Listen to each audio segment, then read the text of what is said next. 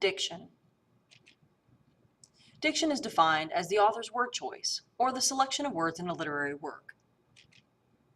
Often, diction conveys the tone of the author, or sets a mood. Let's look at the first example. The disgusting old hag slumped in the corner. When trying to determine diction, your best bet is to look for adjectives and verbs. So in this sentence, we have disgusting, old, and slumped. Also look at the noun used here, hag. What kind of connotation does the word hag have? If you said it has a negative connotation, you would be correct. So we have to ask ourselves, if I describe something as disgusting and old and a hag, how do I feel towards it? If you picked negatively, you'd be correct.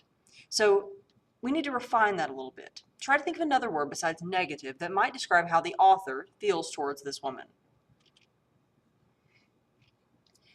This phrase could also be used to reveal the speaker's condescension.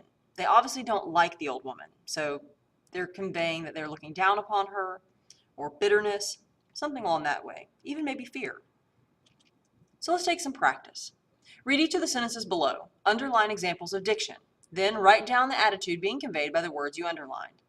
I'm going to pause this for a few minutes, and if you need to pause for longer, please feel free to do so.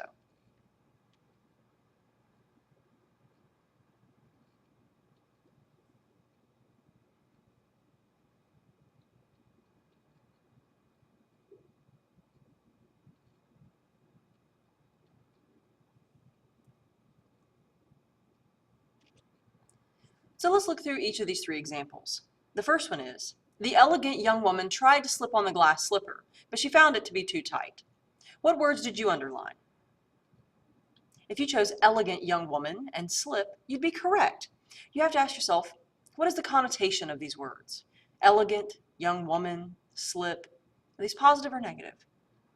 If you chose positive, you'd be correct. So then you have to ask yourself, what specific attitude does the narrator have towards this young woman? Is he inspired by her? Is he admiring of her? If you picked one of those, you'd be correct. The little boy stared in horror when he saw the ripped and mangled mass that used to be his favorite teddy bear. What words did you underline in this sentence? If you wrote down horror and ripped and mangled mass, you'd be correct. So now we have to look for what is the actual tone of this sentence. If you chose sympathetic, you'd be on the right track. Maybe we're trying to create a sense of fear and suspense for our reader. Our final example is this. The girl taunted her enemy with a haughty attitude and a shake of her head. If you underline words such as taunted and haughty, you'd be on the way to figuring out how the narrator feels towards this girl. Does he like her? Does he not like her? If you chose words such as condescending or bitter, then you'd be correct. Our references for today are from Robert Diani's Glossary of Poetic Terms. If you'd like to look at a full list of those terms, please feel free to Google them online.